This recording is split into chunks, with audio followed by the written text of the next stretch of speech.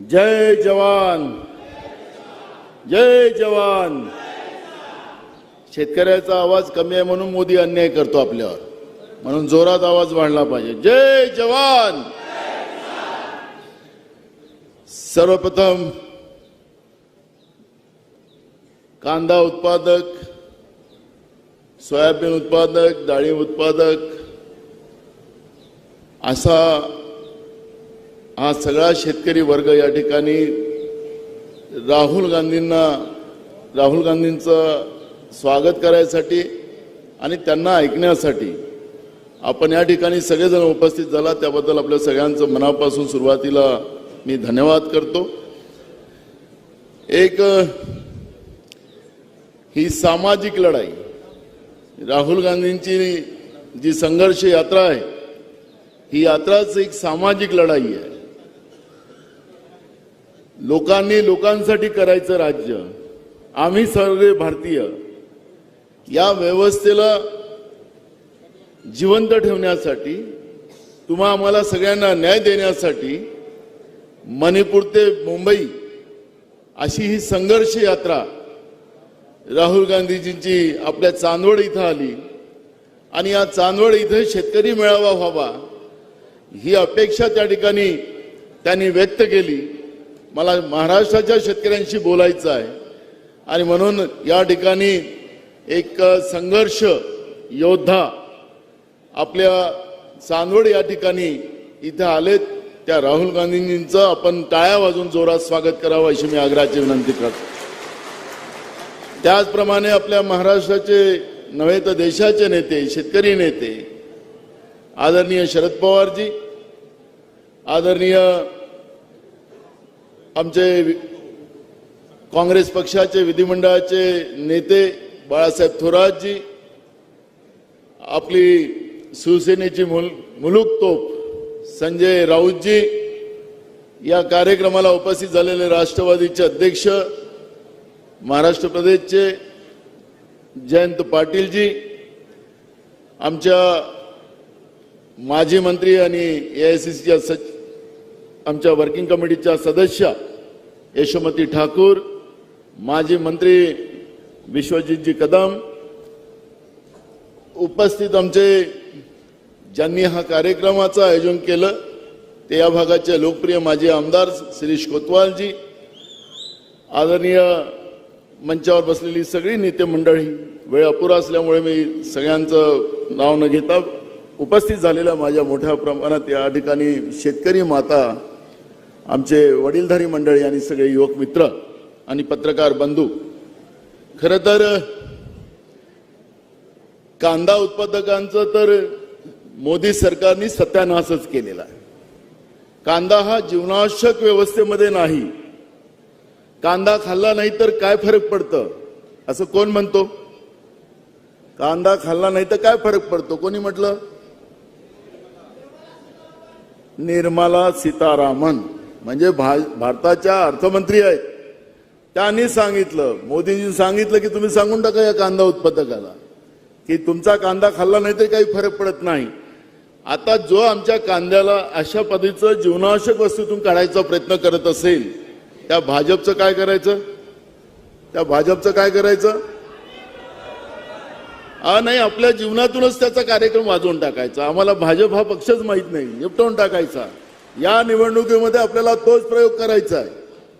ही महाविकास आघाडी या ठिकाणी उपस्थित झाली आणि या महाविकास आघाडीचा उद्देश एकच आहे की जी भाजप जी शेतकरी विरोधी आहे आणि या शेतकरी विरोधी व्यवस्थेमध्ये त्यांनी जे काही नुसतं कांद्यातच नाही, सगळ्या शेतकऱ्यांच्या विरोधात 3 काळ्या कायदे आणून ज्या पद्धतीनं शेतकऱ्यांनाच उद्ध्वस्त करायचा निर्णय केला आणि याच महाराष्ट्रामध्ये यवतमाळ या ठिकाणी येऊन 2014 मध्ये त्यावेळेचे गुजरातचे मुख्यमंत्री आणि आता देशाचे प्रधानमंत्री यांनी सांगितलं होतं की माझी पहिली सही, तुमच्या आशीर्वादाने देशाचा प्रधानमंत्री झालो तर माझी पहिली सही कर्जमाफीवर, शेतकऱ्यांच्या कर्जमाफीवर होईल असं सांगितलं होतं ना. शेतकऱ्यांचं उत्पन्न 2 पटीनं वाढू, 1.5 पट त्याच्या शेतीला भाव देऊ, असं मोठं आश्वासन आपल्याला दिलं याच महाराष्ट्राच्या भूमीवर, या संताच्या भूमीवर आणि या संताच्या भूमीवर येऊन पूर्ण देशाच्या शेतकऱ्यांना फसवलं, शेतकऱ्यांना उद्ध्वस्त करण्याचा निर्णय केला, तर महाराष्ट्राच्या शेतकऱ्यांनी हा संदेश देशाच्या शेतकऱ्याला देण्याची गरज आहे की आता मोदीजी तुमची जुमलेबाजी चालणार नाही. तुम्हाला उद्योगपत्यांचं कर्ज माफ करायचं असेल तर तुम्ही आपल्या काय केलं असेल तुम्ही पाप त्याचं भोगत बसा, पण शेतकऱ्यांच्या घामाचा पैसा, शेतकऱ्यांचं कर्ज माफ करायचं नाही. शेतकऱ्यांच्या घामाचा पैसा त्यांच्या मुठभर मित्रांचा कर्ज माफ करायसाठी केला जातो. ही भूमिका तुम्हा आम्हाला कोणालाही पटणारी नाही. मी या ठिकाणी जास्त नाही, कारण की राहुलजी ज्या काही शेतकऱ्यांसाठी धोरण आम्ही तयार करतोय त्याच्याबद्दलचं राहुलजी आपल्याला पूर्ण मार्गदर्शन करणार आहे. त्यामुळे मी जास्त वेळ न घेता मी आपल्याला एवढंच, मी राहुलजींना आणि शरद पवारजी साहेबांना आणि उद्धव ठाकरे साहेबांना विश्वास देतो की महाराष्ट्राचा शेतकरी हा महाविकास आघाडी सोबत राहील असा तुमच्या वतीनं देऊ का विश्वास? तुमच्या वतीनं मी विश्वास देतो. आणि बीजेपीचं कायम जसा आमचा कांदा जीवनावश्यक वस्तूतून निपटवला तसा यांचं भाजप मुक्त, बरोबर, तर आपल्याला त्या पद्धतीनं ते काय आता तो आमचा खोक्याचा मुख्यमंत्री तो कसा करतो करेक्ट, असं करत होता ना परवा विधानसभेत, तसा यांचा करेक्ट करायचा आता आपल्याला, बरोबर आहे. मी पुन्हा आपल्या सगळ्यांना मनापासून धन्यवाद देतो. राहुल जी, आपके ये स्वागत के लिए और जो आपने किसानों को विश्वास दिया है, वो विश्वास के खातिर ये सब पूरे किसान, ये बड़ा मैसेज यहाँ से पूरे देश के किसानों को जाएगा. और मुझे लगता है कि एक किसान खुद यहाँ पर आया है, आपके स्वागत के लिए आया है. जो आपने एमएसपी हो, किसानों के कर्ज माफी की बात हो, ये सब बातों को जो आपने पूरे इस न्याय यात्रा में आपने कहा है, उस बारे में यहाँ से एक बड़ा मैसेज पूरे देश में जाएगा. और इसलिए आपके स्वागत के लिए ये किसान लोग यहाँ पर आए. मैं पुनः आपको भी धन्यवाद देता हूं और मेरे दो शब्द. नमस्कार, आप सब कैसे हैं? ठीक है? मूड कैसा है? सुनाई नहीं दे रहा, मूड कैसा है? ठीक है? तो एक साल पहले हमने भारत जोड़ो यात्रा की. कन्याकुमारी से लेकर कश्मीर तक 4000 किलोमीटर हिंदुस्तान को जोड़ने की यात्रा, भाई को भाई के साथ खड़ा करने की यात्रा. देश में बीजेपी और आरएसएस के लोग नफरत फैला रहे हैं. जहां भी देखो वो लोग नफरत फैलाते हैं. एक धर्म को दूसरे धर्म से लड़ाते हैं. लड़ाते नहीं लड़ाते? एक जात को दूसरी जात से लड़ाते हैं. भाषा को दूसरी भाषा से लड़ाते हैं. परिवार में भाई भाई से लड़ता है तो परिवार कमजोर होता है, मजबूत होता है? कमजोर होता है. तो ये 24 घंटा देश को कमजोर करते रहते हैं. आपने कल वाला मेरा प्रेस कॉन्फ्रेंस देखा? नरेंद्र मोदी जी ने कहा कि भ्रष्टाचार मिटाना है. आपको याद है, कहते थे इलेक्टोरल बॉन्ड्स का उन्होंने पूरा ढांचा तैयार किया. ठीक है? अब निकलता क्या है कि हिंदुस्तान की सबसे बड़ी कंपनियां इलेक्टोरल बॉन्ड के माध्यम से नरेंद्र मोदी जी की पार्टी को हजारों करोड़ रुपए देती है. करेक्ट? कैसे देती है मैं आपको बताता हूं. 4 तरीके हैं. सबसे पहले कोई कंपनी है, उस पर सरकार ED, CBI, income tax department लगा देती है. ठीक है? 2-3 महीने बाद बीजेपी को वो डोनेशन देते हैं और डोनेशन देने के एकदम बाद सीबीआई, ईडी, इनकम टैक्स की इंक्वायरी ठंडी हो जाती है। तो ये हुआ एक्सटॉर्शन। दूसरा तरीका, बड़े बड़े कॉन्ट्रैक्ट्स बनते हैं, सड़क के, पुल के, अलग अलग देश में डिफेंस के सारे कॉन्ट्रैक्ट्स दिए जाते हैं।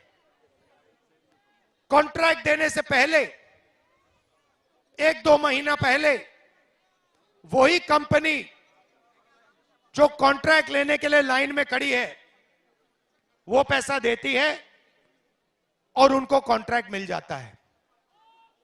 मतलब डेट को देखना है। एक दिन सीबीआई की इंक्वायरी होती है, उसके एकदम बाद कंपनी नरेंद्र मोदी जी की पार्टी को पैसा देती है और फिर सीबीआई इंक्वायरी खत्म हो जाती है। कॉन्ट्रैक्ट का समय आता है, उससे एकदम पहले वही कंपनी पैसा देती है और कॉन्ट्रैक्ट उसको मिल जाता है। यह हुआ दूसरा तरीका। और तीसरा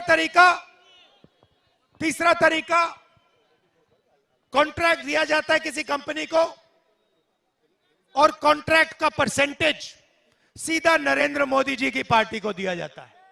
और चौथा तरीका, शेल कंपनी बना रखी है, खोखली कंपनियां बना रखी हैं, उस कंपनी में से बीजेपी का अपना ही पैसा बीजेपी के हवाले हो जाता है। हजारों करोड़ रुपए ऐसे नरेंद्र मोदी जी ने इलेक्टोरल बॉन्ड से आपसे लिए। यह पैसा किसका है? जनता का। जीएसटी का पैसा है। सही बात। ये आपने शर्ट खरीदी, ये कितने की खरीदी आपने? 600 रुपए की शर्ट खरीदी। अगर यही शर्ट अदानी खरीदता, जीएसटी वो कितनी देता? आपकी जितनी देता। आप 18% दोगे, वो भी 18% देगा। आपकी आमदनी 40,000 रुपए, उसकी आमदनी लाखों करोड़ रुपए, जीएसटी 1। अब मैं आपसे 2-3 सवाल पूछता हूं। देश में पिछड़े वर्ग के लोग कितने हैं? नहीं, 85% नहीं है। देश में देखो, ये आपको मालूम होना चाहिए। भैया ये रस्सी हटा दो, आ जाओ आप लोग।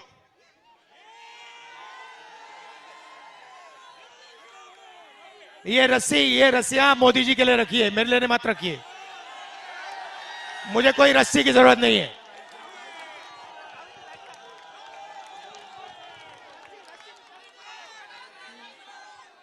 भैया इस साइड वाली भी निकाल दो। ये मुझे रस्सी नहीं चाहिए। तो पिछड़े लोग कितने हैं? अच्छा शांत हो जाएं अब। हिंदुस्तान में पिछड़े वर्ग के लोग कितने? 50%। दलित कितने? 15। आदिवासी कितने? 15। गरीब जनरल कास्ट के कितने? 5। माइनॉरिटी कितने? 15। टोटल कितने हुए? 90%। भैया शांत हो जाए।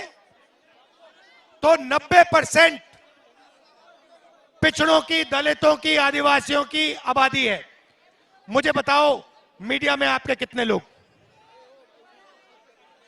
मीडिया के मालिकों की लिस्ट निकालो, मुझे दिखा दो उसमें पिछड़ा कौन है, दलित कौन है, आदिवासी कौन है, मुझे दिखा दो, नाम दिखा दो। आज एक नहीं मिलेगा, एक नहीं है। उसके बाद हिंदुस्तान की सबसे बड़ी 200 कंपनियों की लिस्ट निकालो, उसमें मुझे दिखा दो दलित, आदिवासी, पिछड़ा कौन है। एक मालिक नहीं मिलेगा। सरकार को 90 लोग चलाते हैं, 90 आईएएस अफसर चलाते हैं, उसमें दिखा दो 90 में से पिछड़े कितने बताओ? 90 में से 3 पिछड़े हैं और उनको पीछे बैठा रखा है। स्पोर्ट्स मिनिस्ट्री दे रखी है, छोटी छोटी मंत्रालय दे रखे हैं। सच्चाई यह है कि आपकी कहीं भागीदारी है ही नहीं। आपका काम नरेंद्र मोदी जी आपको बताते हैं, प्रभु के गुण गाओ, आधी रोटी खाओ और मर जाओ। यह है मॉडल, यह है मॉडल नरेंद्र मोदी वाला। प्रभु के गुण गाओ, आधी रोटी खाओ और मर जाओ। भागीदारी कहां आपकी? मुझे दिखाओ कहां है आपके लोग? मीडिया में नहीं है, सरकार में नहीं है, प्राइवेट अस्पताल, प्राइवेट कॉलेज, प्राइवेट यूनिवर्सिटी के मालिकों की लिस्ट निकालो, उधर नहीं है। मैं बताता हूं कहां है। ये जो पसंद आई ना, इसमें जो खून पसीना लगा, इसमें जो लोग मरे, वो लोग थे आप, वो थे 90%। तो हिंदुस्तान बन रहे, 1 अरबपतियों का 5% का, उसमें जो सपना देखना है देखो, पूरा कर लो। और एक 95% का गरीबों का, पिछड़ों का, उसमें कोई नहीं है। भैया प्रभु के गुण गाओ, आधी रोटी खाओ और फिर मर जाओ। आपका पैसा नरेंद्र मोदी 24 घंटा लूट रहा है। दुनिया का सबसे बड़ा एक्सटॉर्शन रैकेट। यहाँ पे छोटे छोटे सड़कों पे ना हफ्ता चलता है ना, नरेंद्र मोदी ने इंटरनेशनल लेवल का हफ्ता किया है। इंटरनेशनल लेवल का एक्सटॉर्शन रैकेट कराया है उसने। कभी आपसे कहता है भाई और बहनों उधर देखो, उधर देखो भैया, मीडिया आपको दिखाएगी नरेंद्र मोदी समुद्र के नीचे बैठा हुआ पूजा कर रहा है और गाना बजेगा वहां पे, बॉलीवुड के नाच होंगे। फिर नरेंद्र मोदी सी लेन में उड़ता हुआ दिखेगा, फिर पानी के अंदर जाएगा, फिर आपसे कहेगा भाई और बहनों थाली बजाओ, कोविड आ गया थाली बजाओ, मर जाओ। हिंदुस्तान में 50 लाख लोग कोविड के कारण मरे हैं, आपको पता तक नहीं लगा। आपका भाई मर गया, माता पिता मर गए, आज तक हिंदुस्तान की जनता को नहीं मालूम कोविड में कितने लोग मरे। मैं बताता हूं, 50 लाख कम से कम कोविड में मरे हैं। और जब कोविड हिंदुस्तान में लाशों की ढेर बना रहा था, तो वैक्सीन वाली कंपनी नहीं, वैक्सीन वाली कंपनी नरेंद्र मोदी को पैसा दे रहा था। एक तरफ आपकी लाशें, दूसरी तरफ वैक्सीन वाली कंपनी, क्या नाम था उसका? Serum institute. सीरम इंस्टीट्यूट सीधा नरेंद्र मोदी जी की पार्टी को करोड़ों रुपए पकड़ा रहा था। नरेंद्र मोदी जी आपसे कह रहे भैया थाली बजाओ, फोन जलाओ। आप थाली बजा रहे हो, आप फोन जला रहे हो, आपके जेब में से पैसा निकालकर पूना वाला सीधा बीजेपी को दे रहा है। कोविड में आपसे चोरी की,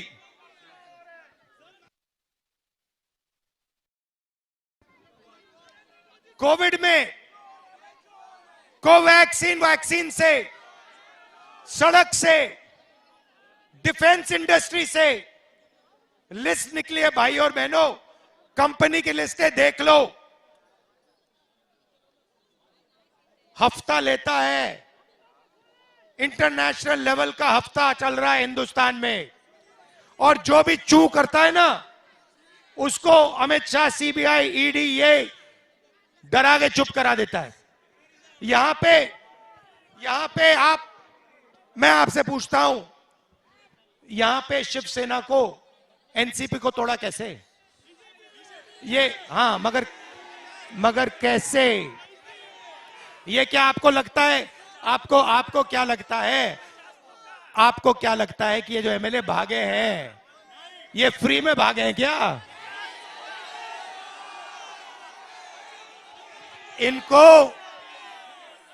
इनको सबको नरेंद्र मोदी जी की सरकार ने फिट किया है। इलेक्टोरल बॉन्ड में हफ्ता लेते हैं और फिर महाराष्ट्र की सरकार तोड़ते हैं, गोवा की सरकार तोड़ते हैं, मणिपुर की सरकार तोड़ते हैं, अरुणाचल की तोड़ते हैं। ऐसा जहां भी इनको सरकार तोड़नी होती है, एक तरफ अमित शाह खड़ा हो जाता है, दूसरी तरफ अदानी खड़ा हो जाता है, तीसरी तरफ नरेंद्र मोदी खड़ा हो जाता है, और फिर इनका काम 2 मिनट में शुरू हो जाता है। अच्छा, मंदिर की बात करते हैं। राम मंदिर का आपने प्रोग्राम तो देखा होगा, उसमें आपने कोई गरीब को देखा? एक था उसमें, एक किसान देखा आपने उसमें? एक मजदूर देखा? अदानी देखा? अंबानी देखा? हिंदुस्तान के अरबपति देखे? बॉलीवुड के स्टार्स देखे? क्रिकेट प्लेयर्स देखे? हिंदुस्तान की राष्ट्रपति आदिवासी है, उसको एंट्री तक नहीं दी। हिंदुस्तान की राष्ट्रपति को कहा गया, देखो तुम राम मंदिर के इनॉग्रेशन में नहीं आ सकती हो, तुम्हारे लिए यहां पे कोई जगह नहीं है। आपने मंदिर में कोई दलित देखा? कोई पिछड़ा देखा? राष्ट्रपति नहीं था, वो बेचारा झारखंड का चीफ मिनिस्टर है, वो आदिवासी है, उसको तक नहीं जाने दिया। उसके पे कह दिया, भैया तुम आदिवासी हो, तुम नहीं जा सकते इसमें। ये सिर्फ 2-3% लोगों के लिए है। इसमें सिर्फ अरबपति जा सकते हैं, इसमें नरेंद्र मोदी जा सकते हैं, इसमें मोहन भागवत जा सकते हैं, इसमें चुने हुए चुन कर 1% के लोग जा सकते हैं, और कोई नहीं जा सकता।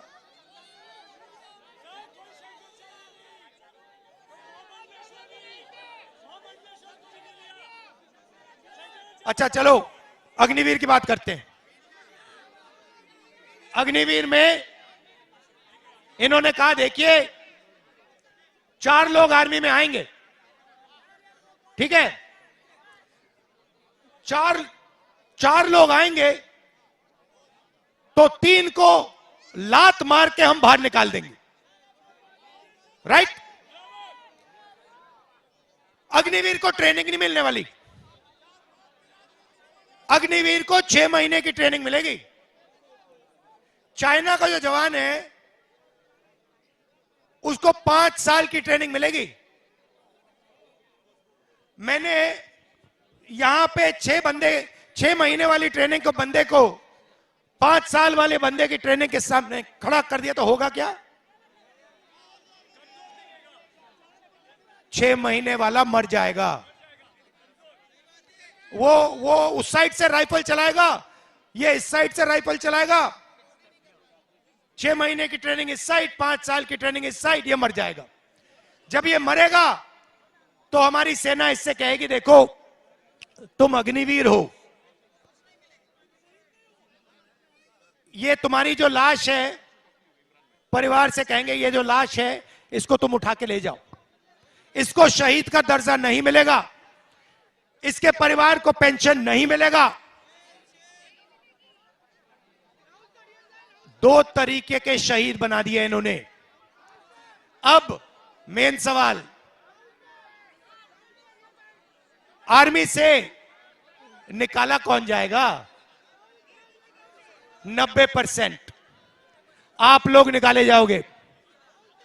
1% को आर्मी में परमानेंट जगह मिलेगी, उसको पेंशन मिलेगी, उसको कैंटीन मिलेगी, उसको शहीद का दर्जा मिलेगा, उसको सब कुछ मिलेगा। और 95% मतलब दलित, पिछड़े, आदिवासी, गरीब, जनरल कास्ट के लोग, माइनॉरिटी के लोग, उनको कहा जाएगा ना तुम्हें शहीद का दर्जा मिलेगा, ना तुम्हें कैंटीन मिलेगी, ना तुम्हें पेंशन मिलेगी, कुछ नहीं मिलने वाला। तो वो जो पहले आपका रास्ता था, अभी घूमता हूं भाई, जो पहले का रास्ता था वो बंद कर दिया। पहले पब्लिक सेक्टर में आपको जगह मिलती थी 90% को, अब पब्लिक सेक्टर को सारे के सारे को अदानी जी के हवाले कर दिया है। आप ट्रेन में जाओगे, रेलवे से पैसा अदानी ले जाएगा। आप सड़क पे चलोगे, poll booth, tolling booth, toll booth से अदानी पैसा ले जाएगा। ये हमारा सिक्योरिटी वाला राइफल लेगा, अदानी का उसमें पैसा मिलेगा। आप बिजली का स्विच ऑन करोगे, उसमें अदानी का हिस्सा मिलेगा। और ये अदानी है कौन? ये अदानी नरेंद्र मोदी है। ये एक ही चीज है, ये अदानी नरेंद्र मोदी है, नरेंद्र मोदी अदानी है। मोदानी कह लो इसको, मोदानी।